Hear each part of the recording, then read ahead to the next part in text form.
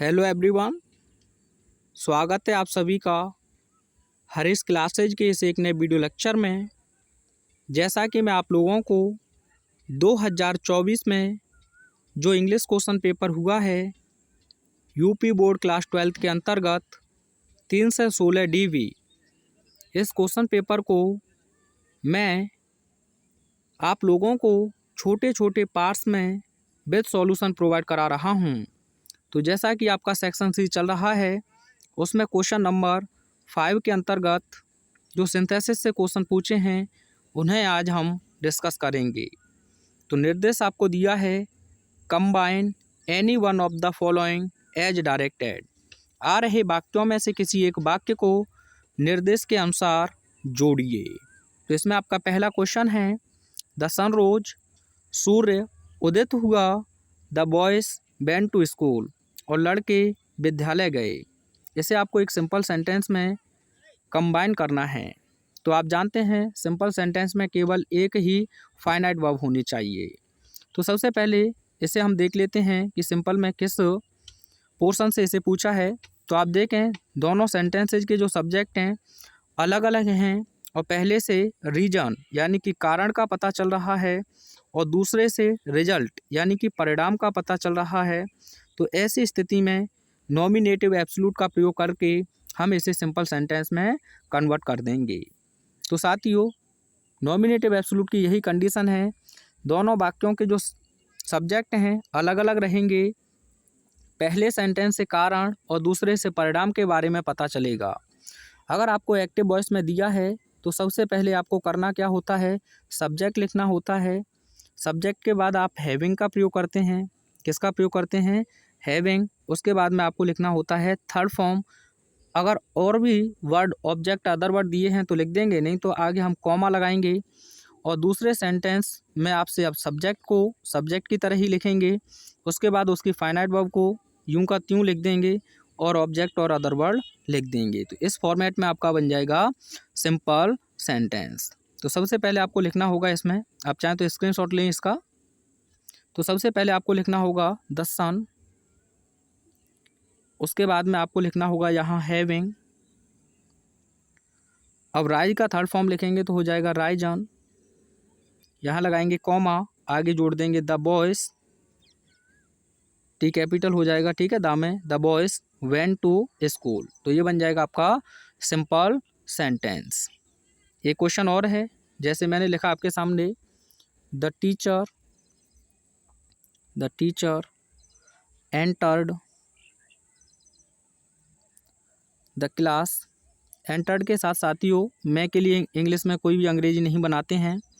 The boys stood up, the boys stood up.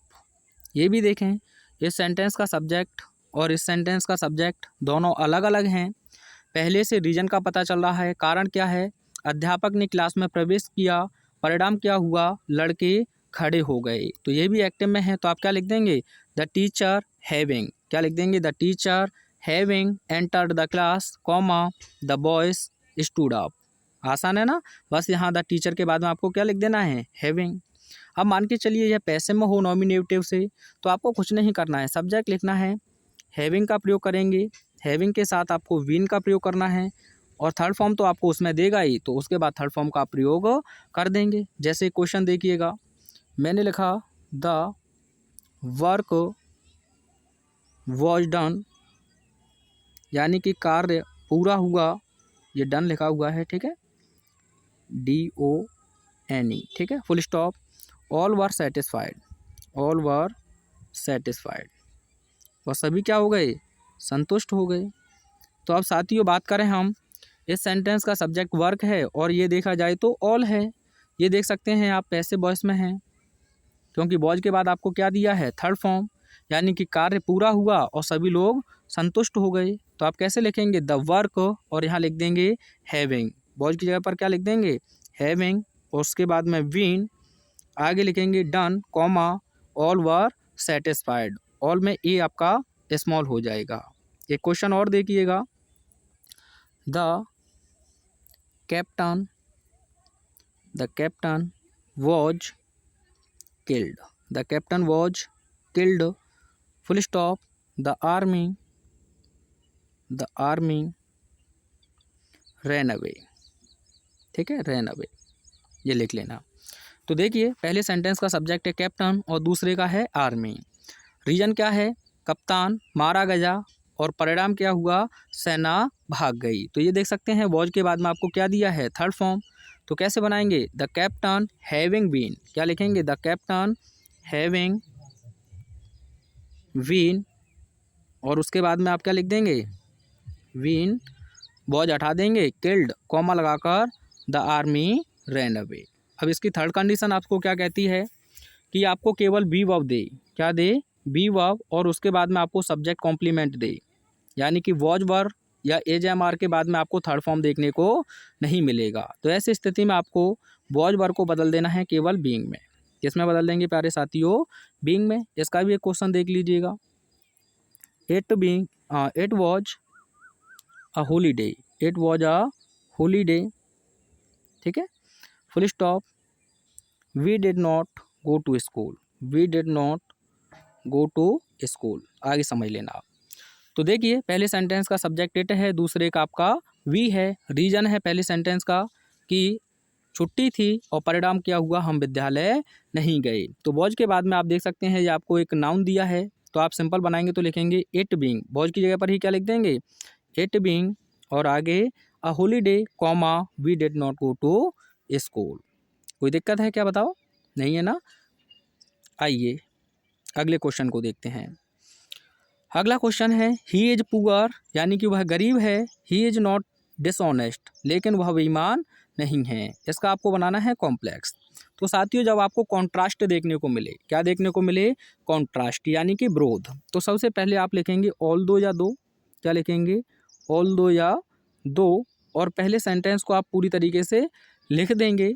All दो या दो के साथ आप या तो कॉमा का प्रयोग कर सकते हैं या यट का प्रयोग कर सकते हैं, और आगे जो भी सेंटेंस दिया है उसे लिख देंगे, ये हो जाएगा आपका कॉम्प्लेक्स सेंटेंस। तो आप कैसे कहेंगे, ऑल दो या दो भी आप लिख सकते हैं, he is poor, he is poor, आप चाहें तो यट का प्रयोग कर सकते हैं या कॉमा का, और आगे लिख देंगे ही इज नॉट डिसऑनेस्ट, भले ही वह गरीब है फिर भी वह बेईमान नहीं है, भले ही वह गरीब है फिर भी वह बेईमान नहीं है। अब यहाँ डिसऑनेस्ट ना देकर आपको क्या दे दे, नॉट डिसऑनेस्ट की जगह पर केवल ये दे दे, ही इज ऑनेस्ट, तब भी ऐसे ही बन जाएगा। यानी कि ही इज पुअर, वह गरीब है, ही इज ऑनेस्ट, वह ईमानदार है। तो क्या लिखेंगे आप, ऑल दो he is poor yet he is honest. ठीक है, जैसे ये क्वेश्चन आप लोगों के लिए है, मुझे आंसर बताइएगा। ही इज रिच, वह धनी है, full stop, he is not happy, not happy, ठीक है, यानी कि वह धनी है, वह खुश नहीं है। तो ये भी तो कॉन्ट्रास्ट है, तो आप कैसे कहेंगे, ऑल दो ही इज रिच, भले ही वह धनी है, yet he is not happy, फिर भी वह खुश नहीं है।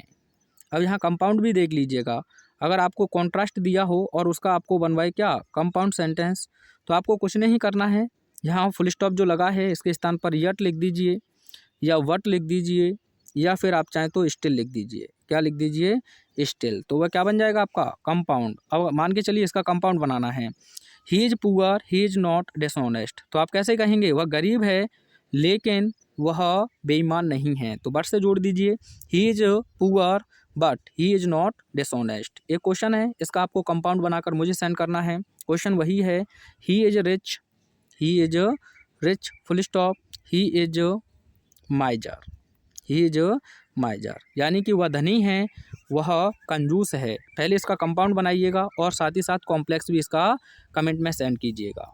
मिलते हैं नेक्स्ट वीडियो में, थैंक्स फॉर वॉचिंग।